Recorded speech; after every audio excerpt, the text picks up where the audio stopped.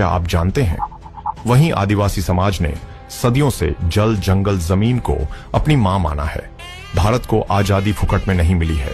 आदिवासी योद्धाओं ने अपना लहू बहाया, लाखों आदिवासियों ने अपने जीवन का बलिदान दिया, तब जाकर यह आजादी मिली है।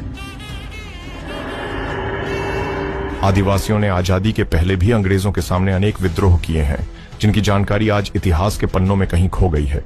जो समुदाय अपना इतिहास नहीं जानता, वह अपना वर्तमान और भविष्य भी नहीं बना सकता। इसलिए आज हम अपने इतिहास के उन खोए पन्नों को उजागर करने का प्रयास करेंगे।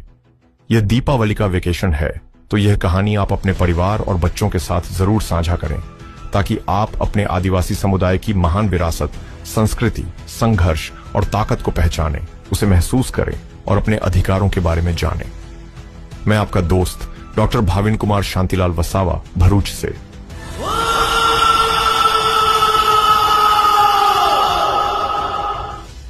स्कूल में हम सब दुनिया भर का शिक्षण लेते हैं, पर साथ ही यह जानना भी जरूरी है कि हम अपने इतिहास, भारत के संविधान और कानून को भी समझें, क्योंकि इन्हीं से यह देश चलता है।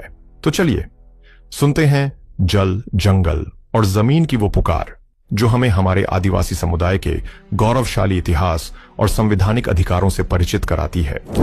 तो इसे हम आसानी से समझने के लिए दो भागों में विभाजित करते हैं।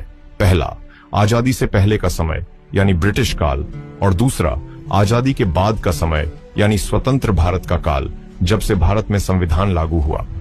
भाग 1, ब्रिटिश साजिश का पहला अध्याय। विद्रोह क्यों हुए? कल्पना कीजिए दोस्तों, एक ऐसा समय जब छोटा नागपुर के हरे भरे जंगलों में आदिवासी समुदायों के उत्सवों की गूंज दूर दूर तक फैल जाती थी। नाच गाने के बीच उनकी परंपराएं जीवंत हो उठती। जंगल उनके जीवन का हिस्सा थे और जमीन उनकी धरोहर। लेकिन अचानक 18वीं शताब्दी के अंत में ब्रिटिश साम्राज्यवाद की छाया पड़ने लगी। ईस्ट इंडिया कंपनी ने जंगलों को काटना शुरू किया, जमीनों को साहूकारों और बाहरी सरदारों के हवाले कर दिया और स्थानीय प्रशासन के नाम पर हस्तक्षेप बढ़ा दिया। यह कोई संयोग नहीं था, यह एक सुनियोजित साजिश थी। ब्रिटिशों का मकसद था आदिवासियों की सामूहिक एकता को तोड़ना, उनकी स्वायत्तता को कुचलना और गुलामी थोपकर संसाधनों का शोषण करना।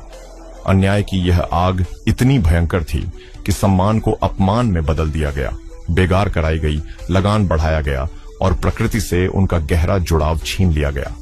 इसी आक्रोश से जन्मे क्रमबद्ध विद्रोह, जो न केवल हथियार उठाने वाले थे, बल्कि कानूनी हथियार भी गढ़ने वाले साबित हुए। हर विद्रोह एक रोमांचक साहसिक यात्रा था, जहां नायक, आदिवासी योद्धा ब्रिटिश साम्राज्य की नींव हिला देते थे। आइए इनकी कहानी में गोता लगाएं। हर विद्रोह एक अलग अध्याय, भरा हुआ संघर्ष, विश्वासघात और विजयी चिंगारियों से। 1, भीड़ विद्रोह 1818 से 181। पहाड़ों का रण और साहूकारों का खौफ। खानदेश के ऊबड़ खाबड़ पहाड़ों में, जहां भीड़ योद्धाओं की तीरें हवा को चीरती थीं, 1818 का एक भयानक अकाल पड़ा।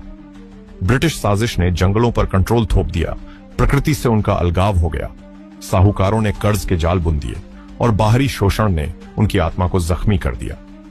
चतुर सिंह और भीमा नायक जैसे नायक उभरे, जिनकी आंखों में आग थी। कल्पना कीजिए भीमा नायक को रात के अंधेरे में साथियों के साथ मिलते हुए, हमारे जंगल हमारी जान है, इन्हें लौट आओ। रोमांचक छापामार हमलों की श्रृंखला शुरू हो गई।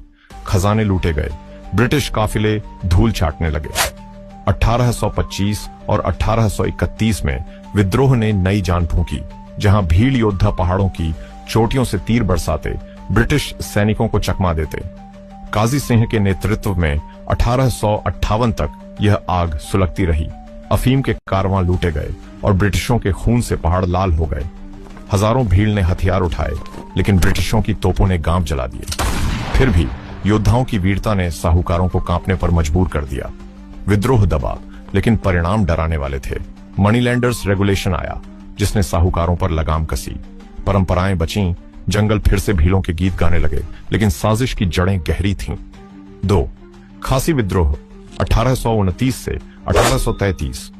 पहाड़ी गूढ़ और एकता की चिंगारी। मेघालय की ऊंची पहाड़ियों में, जहां बादल देवताओं के साथ नाचते थे, 1829 में ब्रिटिशों ने एक घातक साजिश रची। सड़कें बनाकर बाहरी घुसपैठ को आसान बनाना, यह एकता तोड़ने का हथियार था। तीरथ सिंह सीएम नोंग खलाव के बहादुर राजा ने विद्रोह का नेतृत्व संभाला। कल्पना कीजिए, पहाड़ी गुफाओं में योद्धाओं की सभा, हमारी भूमि हमारी रक्षा करेगी। 4 अप्रैल 1829 को नोंग खलाव नरसंहार हुआ। ब्रिटिश अधिकारी बेडिंगफील्ड और बर्लेटन को कत्ल कर दिया गया। सैनिकों की चीखें पहाड़ों में गूंजी। खासी योद्धा तलवारों और धनुषों से लैस गुरिल्ला युद्ध छेड़ दिया। 4 साल तक यह रोमांचक संघर्ष चला। ब्रिटिश तोपें गरजीं, लेकिन खासी चपलता ने उन्हें पागल कर दिया। तीरथ सिंह ने स्वतंत्रता का नारा दिया, लेकिन 1833 में पकड़े गए।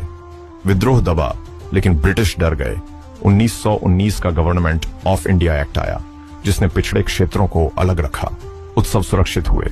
पहाड़ फिर से खासियों के गीत गाने लगे। साजिश टूटी, लेकिन पूरी तरह नहीं। 3 कोल विद्रोह 1831 से 32। जंगल की पुकार और खून की होली।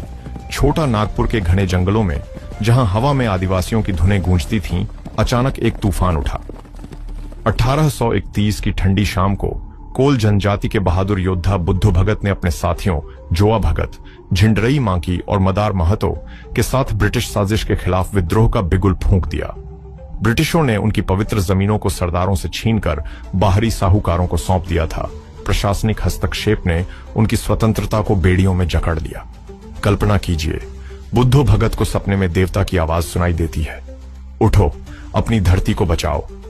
रोमांच से भरी रातों में कोल योद्धा छिपे हुए जंगलों से निकले। सिख ठेकेदारों के खेतों पर धावा बोल दिया। आग की लपटें आसमान छूने लगीं। तीरों की बौछार से ब्रिटिश सिपाही भाग खड़े हुए। यह कोई साधारण लूट नहीं थी, यह अन्याय के खिलाफ एक क्रांतिकारी चीख थी। हजारों कोल, मुंडा, ओरांव और होस ने एकजुट होकर गुरिल्ला युद्ध छेड़ दिया, जहां जंगलों की गहराई उनके सबसे बड़े हथियार बनी। ब्रिटिश सेना ने तोपों की गड़गड़ाहट से जवाब दिया, लेकिन कोल योद्धाओं की चपलता ने उन्हें चकमा दे दिया। सिल्ला गांव की खूनी लड़ाई में ब्रिटिश अधिकारी विल्किंसन ने बुद्धू भगत के साथियों को कत्ल कर डाला, लेकिन विद्रोह की ज्वाला बुझने को तैयार न थी। आखिरकार 1832 में ब्रिटिशों ने दमन से काम चलाया, लेकिन यह हार नहीं थी, यह डराने वाली जीत का बीज था। ब्रिटिश डर गए और 1874 में शेड्यूल्ड डिस्ट्रिक्ट्स एक्ट आया, जिसने आदिवासी क्षेत्रों को सामान्य कानूनों से अलग कर दिया। सम्मान बहाल हुआ। जंगल फिर से कोलों के गीत गाने लगे, लेकिन साजिश की छाया अभी बाकी थी। 4 संथाल हूल 1855 से 1856। लाखों की चीख और धरती का विद्रोह राजमहल पहाड़ियों के आसपास, जहां संथालों के नृत्य धरती हिला देते थे। 1855 में एक महान हूल क्रांति फूट पड़ा। ब्रिटिश साजिश ने दिकू, बाहरी साहूकारों को जमीन सौंप दी। बेगार ने अपमान थोपा। लगान का बोझ असह्य हो गया। सिदो, सिद्धू और कान्हो मुर्मू भाइयों ने फूलो झानो बहनों के साथ 30 जून 1855 को विद्रोह छेड़ा। कल्पना कीजिए, भगनाड़ी ही गांव में देवता की आवाज, उठो, अपनी राज्य स्थापित करो। 1.5 लाख संथाल योद्धाओं ने हथियार उठाए। पुलिस चौकियों पर धावा। साहूकारों के घर जलाए गए। नारायणपुर की लड़ाई में ब्रिटिश बंदूकें पानी बन गईं। सुपरस्टिशन या तोपखाने की चालाकी। संथालों ने जीत हासिल की। मार्शल लॉ लगा, लेकिन गुरिल्ला हमलों ने ब्रिटिशों को पसीना पसीना कर दिया। सिदो को अगस्त 1855 में फांसी दी गई। कान्हो को फरवरी 1856 में, लेकिन हूल की ज्वाला 1857 तक सुलगती रही। बड़ा धमाका। 1876 का संथाल परगना टेनेंसी एक्ट आया, जिसने गैर आदिवासियों को जमीन खरीदने से रोका। सामूहिक जीत मिली। पहाड़ियां फिर से संथालों के गीतों से गूंजी। अन्याय की साजिश चूर हो गई। 5वां मुंडा उलगुलान 1899 से 1900। धरती आबा की पुकार और स्वराज का सपना छोटा नागपुर के मुंडा जंगलों में, जहां खूंटकट्टी सामुदायिक जमीन जीवन का आधार थी, ब्रिटिश साजिश ने इसे नष्ट कर दिया। 1899 में बिरसा मुंडा धरती आबा ने उलगुलान महान विद्रोह छेड़ा।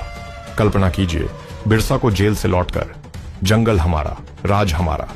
हजारों मुंडा योद्धाओं ने पुलिस स्टेशनों पर हमला किया, चर्च जलाए, अबुआ राज का नारा गूंजा।